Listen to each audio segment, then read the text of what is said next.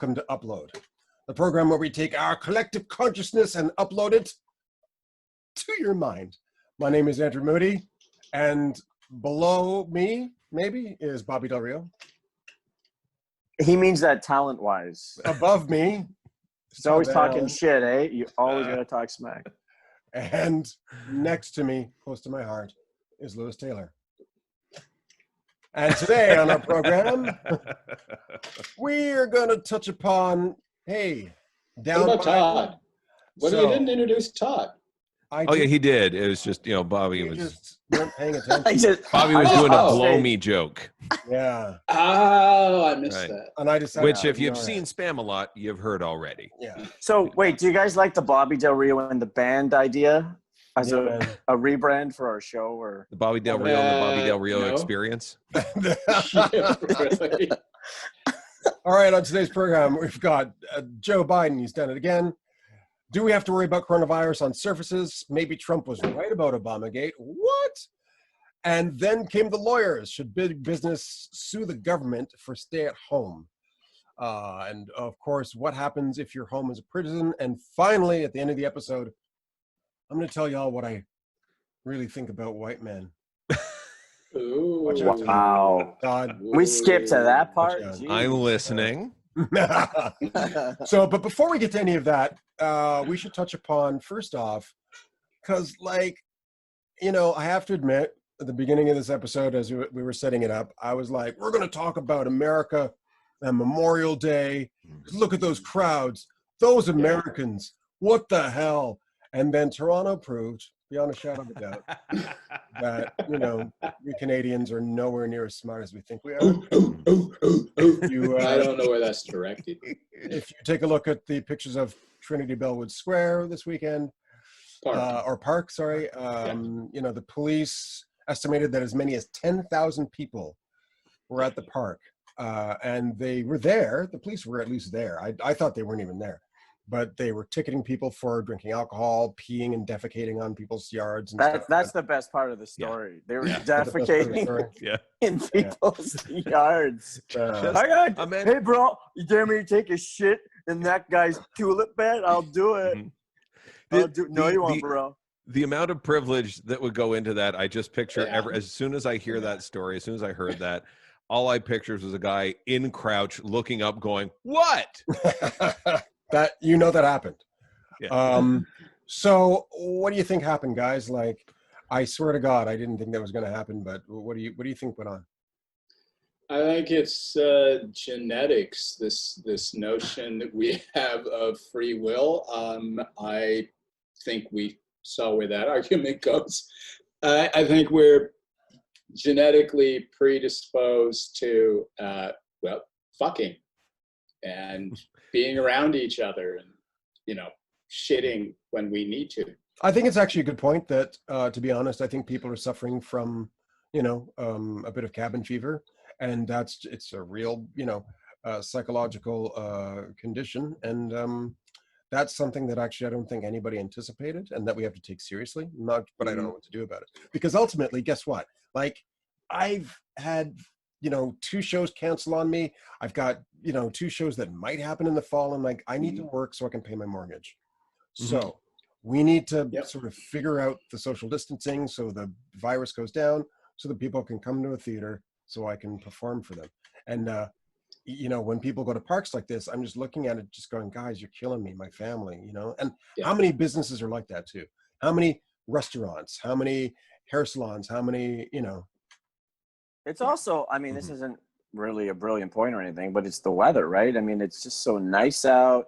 Yeah. And then, I think you don't feel sick. And it's such a simplistic analysis, but I just think that people are like, well, I don't feel sick, bro. Yeah. Yeah. Why don't I just shit in that guy's backyard? Mm-hmm. Yeah. No, I think that's a fair analysis. There's kind of 2 points that kind of hit me on this. I did some tweeting about this, about how because I literally was there last month, right? I have since moved away, but I walk my dog through that park every single day. And, it was just if my dog was there, I would have let him off the leash and he would eat in their hot dogs and drank their beer and whatever the fuck. and I had a friend of mine in Ottawa go, "Is that neighborhood a predominantly white one? Because there's a lot of white people in those photos." And he's right. There is a ton of COVIDiot white people just kind of, like, again, drenched in privilege and using it for sunscreen.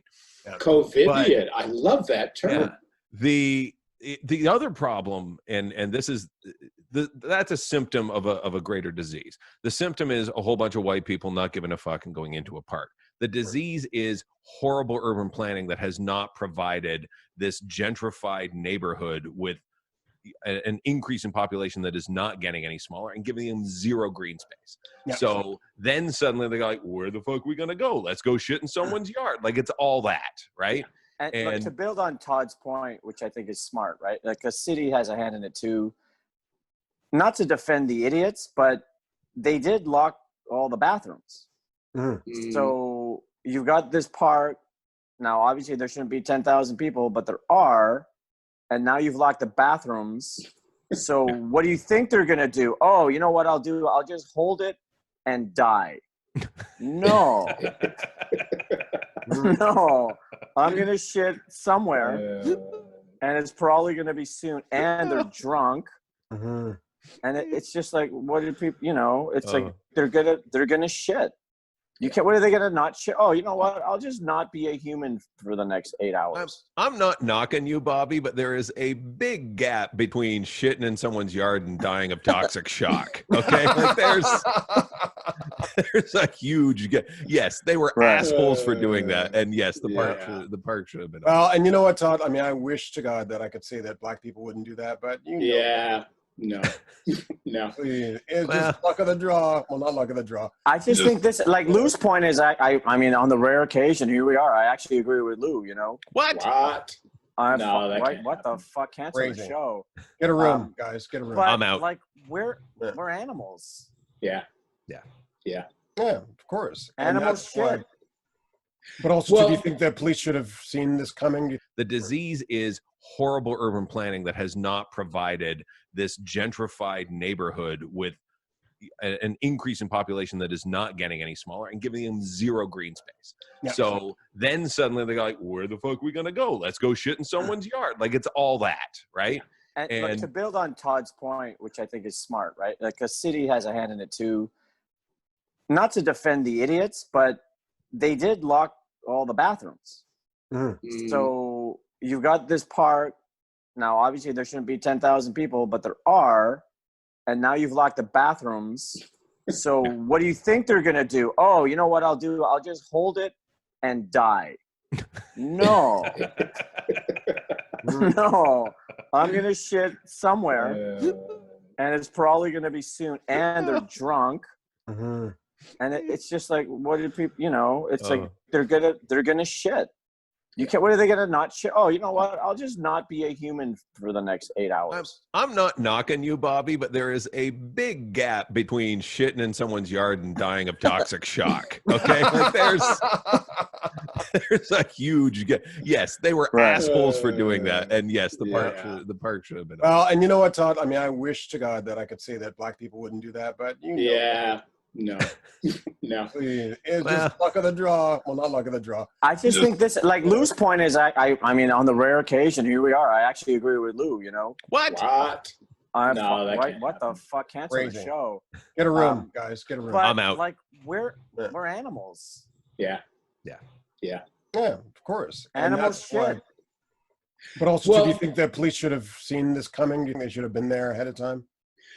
I get a feeling, and it's not that I'm pro or anti-police. I'm pretty much anti-guys with guns. But I'm looking at, like, when the same day I went to the gym to see if I could clear out my locker at the Y, and in Queen's Park, there were a bunch of pro-opening it up protesters, right? With Canadian flags and military outfits and all this shit. Right. And I'm not going in there, right? Because I know if I'm going in there, I have to go in swinging. You know, that's where I'm the opposite. I'm like, I'm going in. I just want to see what happens. And I can duck pretty fast. So I'm going in. No, I'm talking about the police. I'm talking about, and especially if it's a white demographic that has not only a sense of privilege, but a fuck ton of privilege. Mm-hmm. So, I'm not anti-police. I am not pro-police.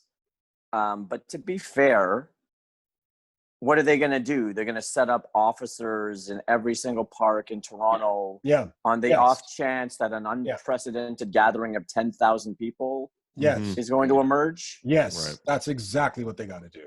Right. And as a matter of fact, I'm not anti-guy with guns or police either in this situation, because there's no other language that a group of people are going to understand. It's hard, it's harsh, it's not easy to hear, but if you get a large group of people, especially if they're drinking, then you need to show some kind of force. The society, and it's not just police officers. But they did, right? So basically the next day they put police in it. But so this is the thing about people, right? Is that, let's say as a preventative measure, they put officers in all the parks, all the big spaces, all the things that they think this is where people are going to go. We'll beat them to it. Mm-hmm. The people will just be like, oh, there's cops at the parks. Let's all meet here.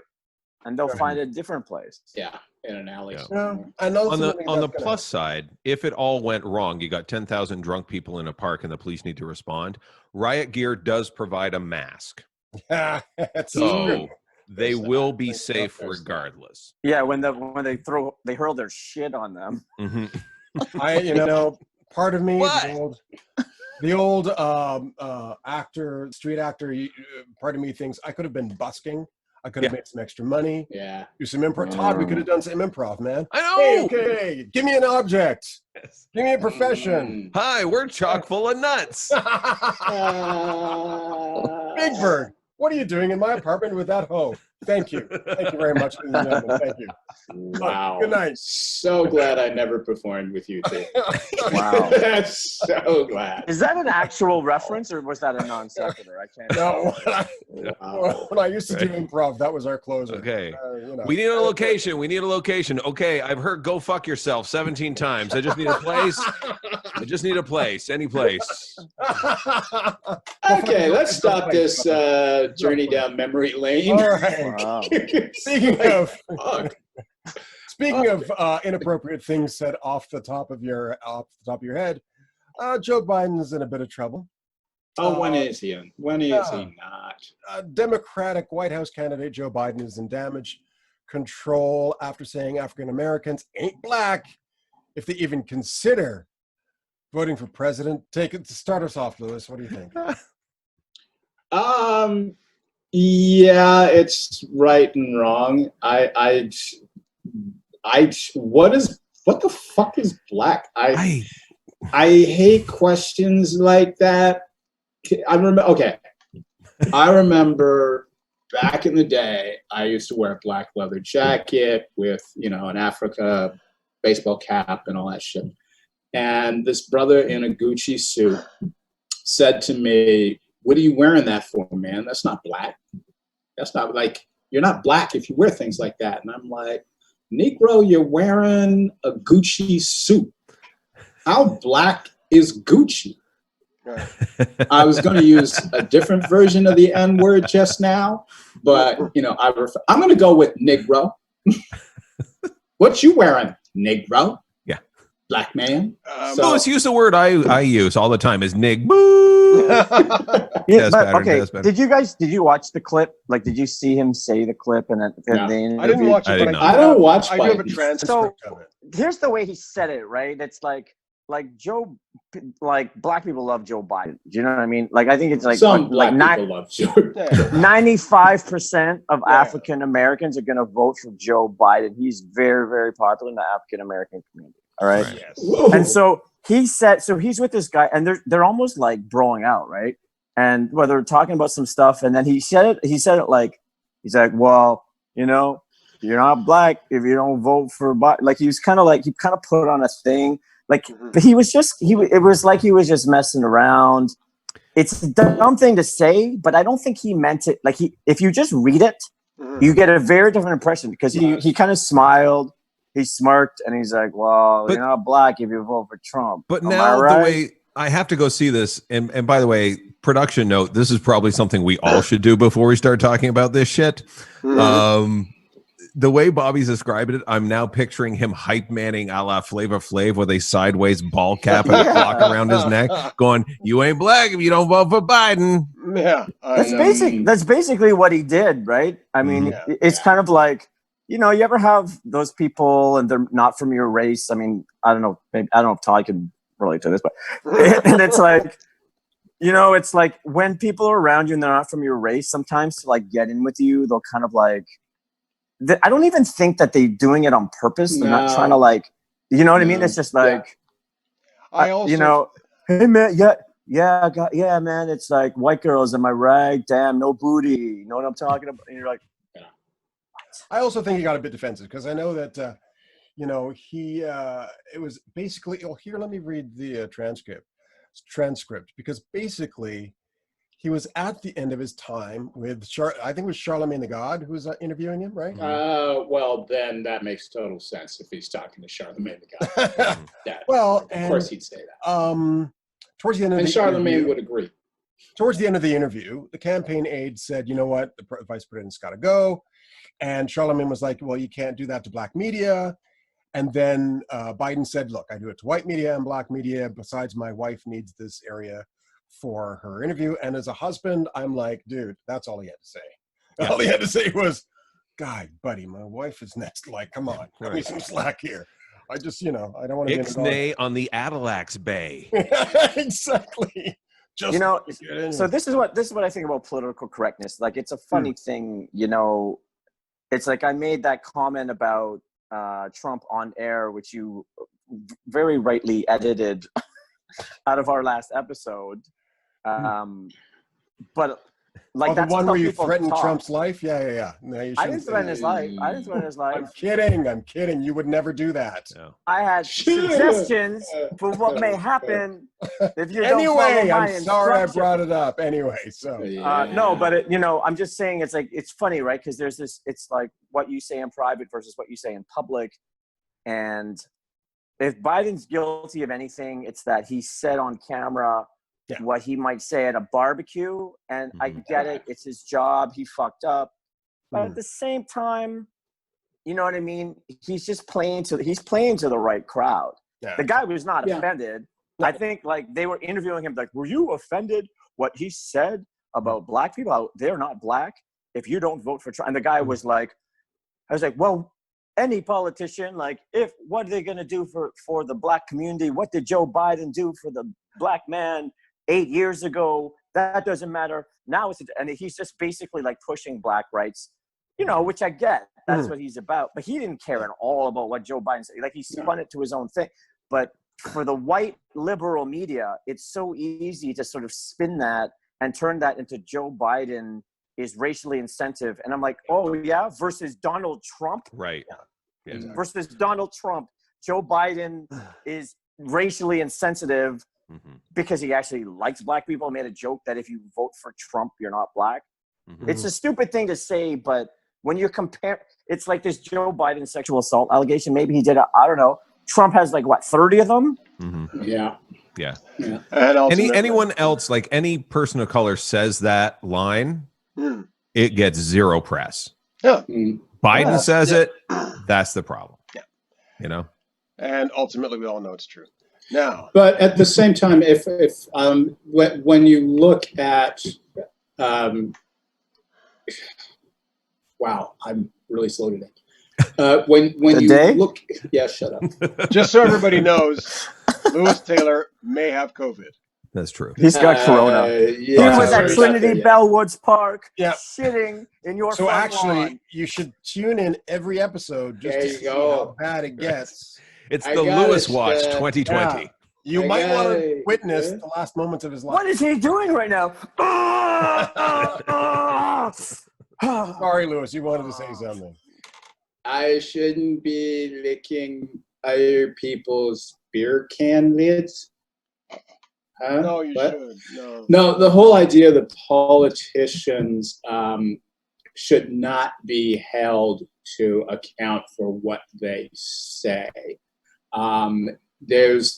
There's a slippery slope here. I think when Trump is held to account, it is mandated that, for me anyways, that questions across the board are asked. You don't have to agree with them, right? I mean, if Charlemagne the God is the guy interviewing him, I have no problem with it.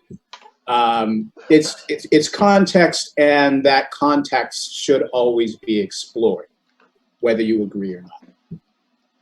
Absolutely. Can I ask a question? Even, in a way, it's kind of contradicting my point, but I'm also not black. What? No, so wait, you're not supposed to be here.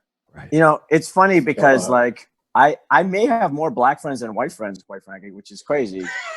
He went there. I think he finally admitted I'm his friend. Honestly, just because I was raised in the Bahamas as a child, you know what I mean? And it's like, whatever, I play basketball. So many black guys play basketball. I didn't know they had your people in the Bahamas. I've been in the multicultural arts world for, my whole career, right? Mm-hmm. So, but it's also, there's things I don't understand. Like, for Charlemagne the God, I don't know. Like, I get the kind of dude that he is, but I don't know who he is. So, like, why is this guy, it's okay to talk like that because of that? Like, what's the context on that?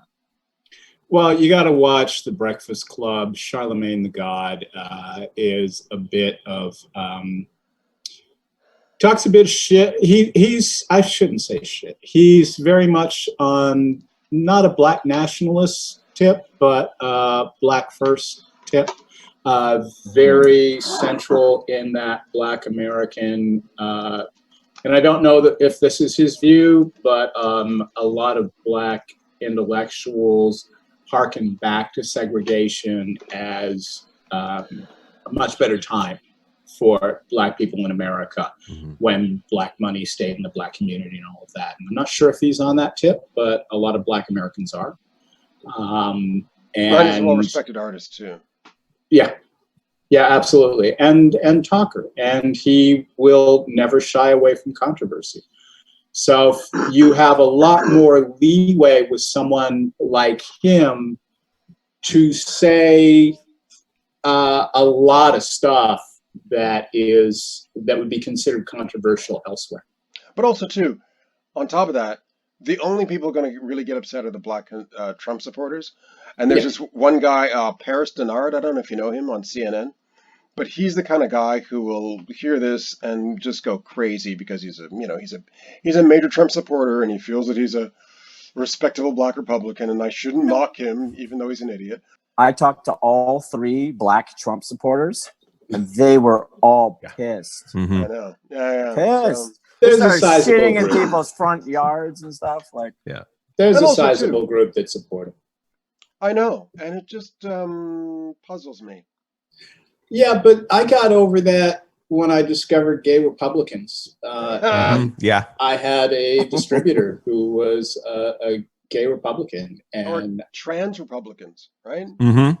Yeah. People are people, man. Mm-hmm. Good for them. Stupid is transcendent of race or sexual identity. Stupid lives. Yeah. The more you know.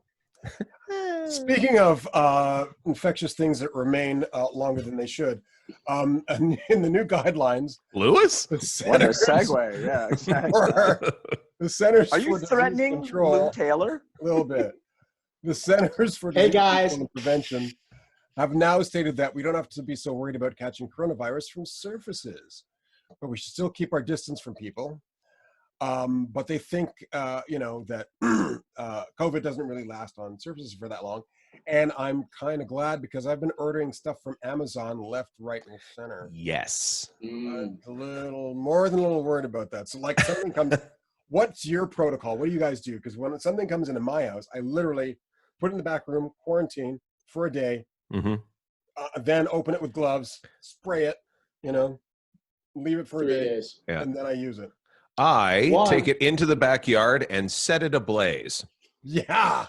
And then if it survives, I poke through the ashes and I pull out my new Wi-Fi headset. There you go.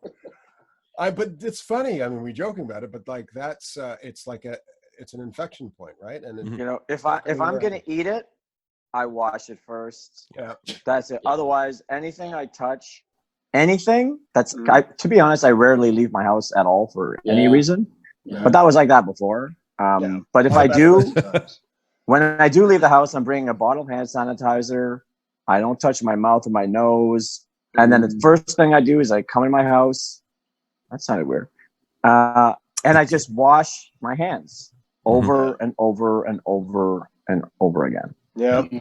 See, I'm not even close to that. One, I would never order anything from Amazon, just from a political point of view. Oh, God, yeah.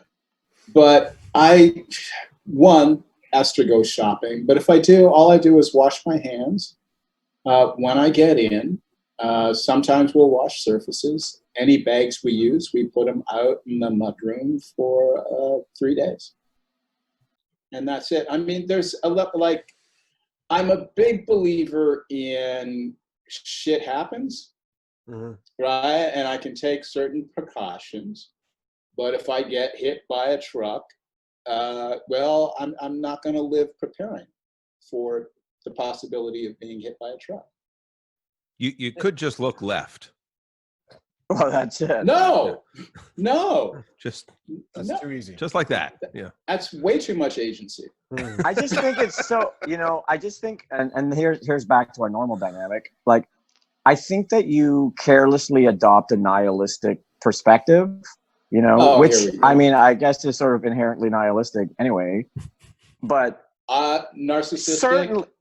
Narcissistic. There is a difference, Bobby. Sure. I care that I don't care. No, but I think that you do espouse a sort of randomness to the universe that I think is somewhat irresponsible, because certainly there are things that you can do and precautions you can take to guard yourselves against prudent, potential disasters. I have no problem with that. Just don't front like you're going to prevent it. Well, you know what? Don't front that you're protected. I think everybody's struggling with that, man. Because, like, okay, so at first we were told masks don't mean anything, and then we were told masks do mean something, but they don't really, but they do. And so you're just like, okay, well, I'll wear the mask, but I guess if I get sick, it was going to happen anyway. So I think we're all just trying to figure out, like, what is the best protocol? What's the best thing we can do to keep ourselves clean? And ultimately, if you're going to get hit, you're going to get hit. This is probably not the time for people who do not have degrees in this sort of thing to step forward and go, I have the answer. Really? Chloroquine, hydrochloroquine. Yeah. I don't need to listen to a dishwasher installer telling me about how epidemics work. Or how to write a screenplay. Right. Or a PhD. This is what this reminds me of. Okay, so last week on my Facebook account, I posted an article that I read somewhere. There's so many articles, right? And it was said something like, there's all these different countries that are reporting their patients who have gotten coronavirus twice, right? So I was like, you know what? Let me post this. It's like just so people get it out there. Like, just be careful, right? You don't know what's going on, right? And then this little 25-year-old white kid bastard who hates me, who just he'll just disagree with me whenever he can to sublimate his rage against me. It's so obvious, right? So he posts an article and he's like, that says the exact opposite. It's like, everyone knows that they just misdiagnosed the, whatever, right? And then he posts and it's like, oh, that's your proof? It's like, oh, sorry. Well, I guess you're right, because you found an article that said, I just think that no one really knows what's going on. So anyone who pretends that they know definitively that coronavirus leads to this is just wrong. We're figuring it out. We're figuring out the whole thing as we go, right? So that's why you listen to the experts. I'm not going to listen to a mathematician. I am not going to listen to a street performer. I'm not going to listen to a comic in a red MAGA hat telling me all these things. Don't listen to us at all. Well, about that. Everything else, that's fine. But you listen to experts and figure out your day. I was going to agree, but also too, the experts are really Yeah. scrambling right now, and they're doing the best job they can. There's some of the smartest people on the planet right now are hunting down this virus, trying to figure out, so if you've got antibodies, can you help cure people, or can you get it again? There are studies like, I have asthma, so there's this medicine I take. It's called Pulmicort, which is a steroid that helps to keep my lung passages open. And so I did some research. I thought, I wonder if they've thought about using these steroids to help in the initial stages of COVID, because your lungs get inflamed, and the steroids actually are great for getting rid of that. And apparently the steroid makes things worse. Beautiful. For some freaking reason. Yeah. Do we know why? We don't know why. It's just they said, this happened in Wuhan. They did a study where the doctors in Wuhan were like, no problem, inflammation, we'll get the steroids, you'll be fine. They gave it to them, and they just got worse. And so oh wow, the greatest minds in the world are just like, okay. I think the only prudent intellectual analysis right now, is read stuff, look at the sources that you think are credible, but at the end of the day, you have to accept no one really knows. Yeah. You're kind of on your own. Be as careful as you can be, right? Mm-hmm. Yeah. So the thing for me is, like, one, it's not really the smartest people in the world. It's the most experienced in their discipline. Yeah. Right. Mm-hmm. There's all kinds of idiots that have done brilliant things. Yeah. Us here. Yeah. Exactly. Yeah, I wouldn't even go with brilliant. For me, you guys can own that. But the thing for me is, when I was earlier talking about the Black Swan events, where something happens that dynamically shifts the landscape. No one could have predicted it. And then you manufacture, after the fact, a linear step-by-step reasoning for why that happened, right? And I'm finding that with this as well. People are going into all kinds of different directions. I have no idea, when you're talking about ethical experimentation, I have no idea whether that's going on. If you talk about reporting of deaths by country, I have no idea what's going on with that. There's so many variables that have nothing to do with the present day conversation that I kind of have to go on. I really don't know what's happening. We also, as Todd was saying, we have to trust the scientists, and also we just have to remain vigilant and trust our best instincts. And it's going to be trial and error, because, like, to your point, Andrew, about we think this will work. Right. And it won't. It's like, I just moved into a new house, and like, whenever you do that, you have no idea where the light switches are for whatever. And this is like, you walk into the living room and you flick a switch, and then a piano falls from the ceiling and falls onto your dog, and you go, interesting. Exactly. Okay. Yeah. Mental note. Okay. If you're rigid right now, I mean, you're screwed, right? Because every industry in the world is changing, right? Like, every piece of information is changing. Every way that everything is being done is changing. And in a way, I don't know if that's sort of a jaded thing to say, but I find it intellectually exciting because, I'm 42 years old. You guys are much older. Wait, what? Thought you'd get that in there, did you? But I'm 27, dick face. Thank you. The entire time I've been alive, I have never seen so much change and creativity and innovation on a daily basis. It's amazing, like, the things that people are coming up with just to live, Yeah. I've been doing stand-up shows on Zoom because that's where it is. I have no choice. Yeah. And everyone goes, when comedy gets back, it's going to be better. It's like, no, it's not. You're going to be spread out all over the place. They're going to be like a quarter to half the capacity of normal comedy clubs. And by the way, when a comedy club is set up like that, you complain about how shit that is. So this is not going to be good for a long while. Yeah. So Bobby was speaking. Do this. Yeah, Bobby was speaking to that earlier in one of the earlier episodes about, I think it was the Spanish flu and how it was spread through warfare. But now you're looking at international, globalized world and just migration of people. And we're looking at potentially endless versions of this. Mhm. So, Oh, dude. So one of the industries that is being transformed is the law. And one of the things that the law is doing is some lawyers are reaching out to companies to say, hey, man, you don't like the stay-at-home stuff? Neither do I. Let's sue the government. Good. So some lawyers are It's- getting together. I think it started in Italy. But I yeah, think legal scholars all over the world are watching very closely.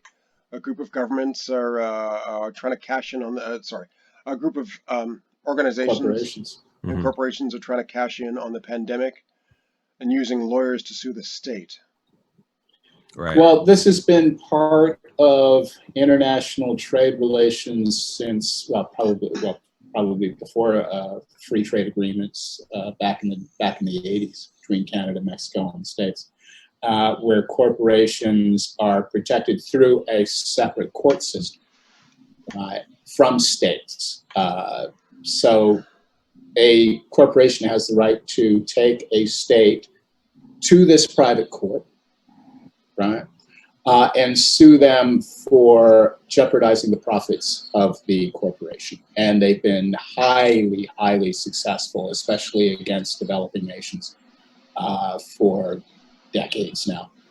And this is just another, an additional level of the same old game, where they're saying your attempts to mitigate the pandemic were insufficient, will actually cause great harm, especially to our profits. Therefore, you owe us X amount of dollars.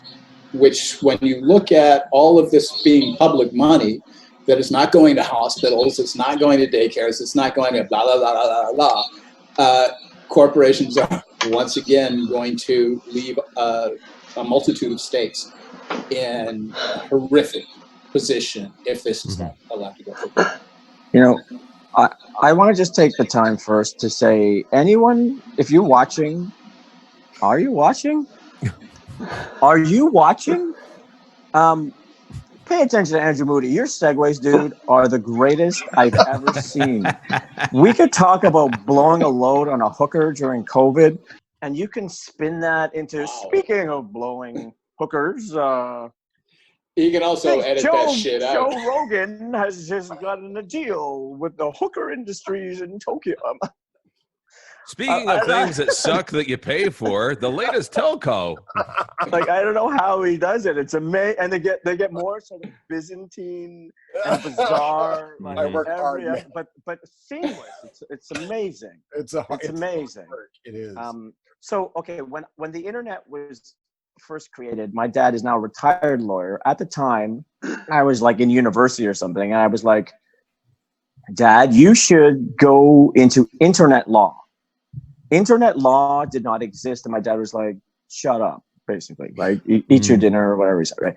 And now, it's funny because since then, internet law and all the laws surrounding all laws is such a booming, business. And that's how I feel about law with respect to coronavirus. I think that, I don't know if you can refer to different branches of the law as genres, but if you can, then coronavirus law is a genre. Right. There's going to be, because there's so many interesting legal debates about, is this a violation of your rights and freedoms, right? Like, is this against the charter? Do we need a new charter? Is it like, I just think you could start a practice that only focuses on coronavirus law and become a millionaire. And the truth is there's no answer. It's just a series of sort of fascinating, unprecedented debates that people can profit from in a major way if they win the debate. Yeah, but some of them are also valid, right? It's not even just like. Yeah, we're not talking about those things.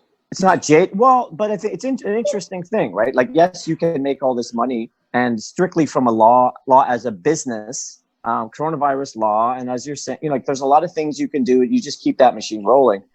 But at the same time, it is interesting because you have countries all around the world. They're all set up in sort of different political hierarchies, and they all are sort of affected, right? And so you don't the right to protest, for example. It's like, oh, you're denying our right to protest, and it's like, yeah, but if your right to protest could kill people, like you could literally, you're talking about that Trinity Bellwoods Park, and they're saying this on the news, and this is the point that I made that Lou astutely brought up for me bringing up previously. Oh, okay, I was waiting for that. Wow. Okay, I was wondering where that was. Oh yeah, I gotta say so. But they're saying you could start that event might have started a second wave, right? Yeah. Like we're like a big barbecue away from starting a second wave every day, every hour, all around the world, all the time, right, until there's a vaccine. Yeah. I truly hope the next spike is a poorly planned Ford Fest. That's what I want to happen. I mean, this becomes really interesting when you look at, to Bobby's point. Yeah, okay. No, nothing. When you look at tyrannical governments, right, dictatorships, how they react to issues of protest versus what went on in Trinity Bellwoods, where no one was shot, no one was tear gassed, you're given a ticket. I mean, there's so many variations on how force and law is applied internationally that I have no idea where this is, and if it gets worse, where we're going to end up, right? Like, is a ticket going to be enough, or is it, horse cops with clubs coming next? Oh, there's going to be lawsuits or criminal cases in about, between the next year and 2 to 3 years that are going to make themselves through the courts, where somebody knew they had COVID, didn't tell, had sex with somebody, or knew they had COVID, moved in. There was a nurse in Ottawa who was kicked out of her house because the landlord didn't want to have a nurse there who could bring COVID into her house. Right. What if someone knows that they have coronavirus and they decide, instead of getting a gun and killing everyone, they're going to go into every single grocery store in their city and go into every aisle all day? Is that person the biggest serial killer in history?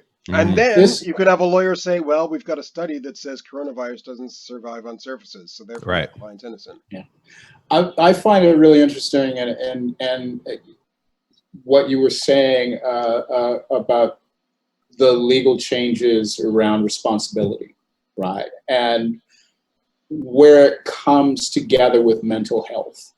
Yeah. Now, and this goes back to those guys that killed the jogger, right? Can a case be made that they are suffering, the 3 or 2 of them are suffering from long-term mental illness? Yeah, exactly. So it becomes really interesting, that intersection of law, mental illness, and responsibility. It would be nice if we could get a study that says MAGA is a mental illness. Yeah. Well, one of the things that this virus has done is exacerbate issues around mental illness. And I actually have a lot of respect. I can't believe I'm saying this about Mr. Ford. I have a lot of respect that he's putting money into mental health care in Ontario during this pandemic. I have a lot of respect for that. But I have a neighbor who's losing it. We don't know whether there is someone that is actually stalking her or whether it is an imaginary person. She keeps phoning cops. They find nothing. Well, it's getting really scary. This is one of the points that's been made actually in this article. How do we help victims of abuse and mental health during a lockdown? There's a really good article about that says coronavirus has forced many victims of violence to be locked in with their abusers with nowhere to go, to be locked in. I know there's an image in a newspaper being edited probably over my face, like right now. While you're saying that. Right. I can do that because you have the biggest mental health challenges of the 4 he's using his power for segues against me now. I'm sorry, I didn't think you were joking. I thought you were serious. We all know someone suffering from this, Bobby. And but no, on a more serious note, I know of 2 people who, right before the virus hit, were in, shall we say, dangerous, threatening home situations that they are now forced to live in, and I'm not sure how they're doing. It's the worst. I'm actually concerned. Yeah. I can't imagine having that over. Like, the worst thing that needs to happen in my day, and I am so blessed with this, is that I have to hang out with my wife a lot more and go outside and walk my dog. You know, that's my risk part of my day, is like, oh, I hope other people in the dog park don't have it. Like, that's where I live. So that's the privilege I carry with me. And I can't imagine where you would turn if you have this, if you have this situation. My biggest problem is I tell my 14-year-old to clean her damn room, and she stomps up the stairs and slams her door and doesn't talk to me for. So situation normal. Yeah, exactly. Yeah. So, disease? What disease? So I'm blessed. I've got. And look, this is real. It's real, right? I mean, it's like domestic assaults and domestic violence is going up in every country in the world, right? Divorce is going up in every country in the world. Suicide hotlines apparently have gone up 1,000%. Right. And unfortunately, I just think, I don't know how you track it, but I think there's going to be crime and suicide and all these are, it's all what we're talking about. They're all going to spike up, and we're not going to find out until after this is over. Drug overdose. You're seeing on Queen Street now, because I live around the corner from the densest population of mental health and poverty NGOs or shelters, what have you, in the country. Right. So lots of mental illness on display, and people are losing their shit. Right. And that's causing. What are they doing? Screaming on the streets. They're in back alleys, breaking into and it's a NIMBY neighborhood. Right. So you've got all of these NIMBYs in our hood, just like, oh my God, these people, we have to do something about these people. Right. So their paranoia is ramping up, as well as levels of street paranoia. So it's like a feeding loop. And it's one of those things where, like my parents, when the COVID started, were like, well, shut down the liquor stores, shut down the drug stores. And I said, that's actually one of the worst things you can do. Yeah. People can go into shock from alcohol withdrawal and actually die from it. And also marijuana can help with mental health issues. And I just think, there are so many complex layers to being in the pandemic that we didn't anticipate. Yep. Yeah. And if ever there was a time where escapism was needed, it's now. This is why I've always considered myself a right-wing socialist, in the sense of I want every social program supplied with whatever tax dollar I could bring to the picture, so you don't end up in my home at 3:00 in the morning. Right. Right. I can either pay taxes or get an extensive security system, a Doberman, and a shotgun. I would prefer to pay taxes. Lewis also hates gay marriage. Except for gays that I know. And he's a member of the Ku Klux Klan. Yes, I love them. Yes. I love them. Bobby, too. We're bottoms. Bottoms for the K. Speaking of Ku Klux Klan. Oh, here we go. Come on. Here we go. I'm listening. I cannot wait for this one. It's that time in the program where I get to tell Todd Van Allen exactly what I think of white men. Oh, that was gold. Oh. That was gold. It's for you, Bobby. Oh, my God. All right. Oh. Coming from the UK. Microphone Tom Moore. Captain Tom Moore, the beloved British war veteran, walked the length of his garden 100 times to raise money ahead of his 100th birthday in April. And he's received a knighthood for his fundraising efforts. And dadgummit, that guy, for me, honestly, he's an inspiration. I just think, there are little things that we can do. Like, we're not, microbiologists We're not police officers. You know, there are people working in grocery stores who are risking their lives to sell us frickin' carrots. So every now and again, it's like, well, what can we do to help? And so this guy, he's 100 years old. 100 years old is like, I'll walk my garden. I think I'll just... And he's white, Todd. Yeah. See? We're throwing you a bone, Todd. White people do good things too. I know! Right. Which leads in nicely into my segment, Andrew. I hate white people. Todd, you're such a racist. Yeah. Today's I hate white people is Amy Cooper. You might know Amy Cooper from I'm Gonna Call the Police and Tell Them That an African-American Man is Threatening My Life in Central Park, being taped by said African-American while she's strangling the dog she was keeping off a leash. Wow. God bless you, Amy. Amy, thank you. For a second there, I liked white people. Thank you, Todd. That was... I only bring, it's the Libra in me, Andrew. I got to bring the balance. You can't have the crunchy without the smooth. Would you please stop? Sir, I'm asking you to stop. Please don't come close to me. Sir, I'm asking you to stop recording me. Please don't come close to me. Please take your phone off. Please don't come close to and me. I'm taking a picture and calling the cops. Please call the cops. Please call the cops. I'm going to tell them there's an African-American man threatening my life. Please tell them whatever you like.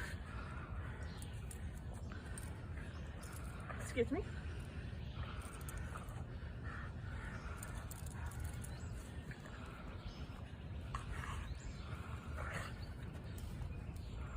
I'm sorry, I'm in the Ramble, and there is a man, African-American, he has a bicycle helmet.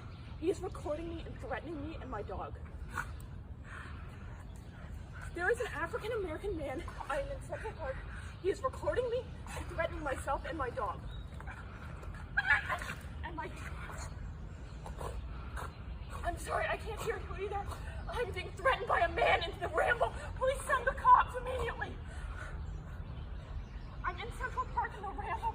I don't know. Thank you. If he can't afford any law, it spirals from there. All because someone felt a little uncomfortable being told that she shouldn't have her dog off leash in an on leash area. So as far-fetched as you go, oh, that wouldn't have happened, it happens all the time. Yeah. And the only reason it didn't happen in this case is because we got to Karen Amy Cooper, who has since been relieved of her duties at her job. So what was her job? She was in the financial services of some sort. So she's been put on leave. She hasn't been fired or anything. The last thing I saw on it was she was on leave. And she was originally from Canada and went to the same university I did. Fuck you, Amy Cooper. Fuck you. Fuck you and save your dog. She'll be in Trump's cabinet in 1 week. Oh, yeah, absolutely.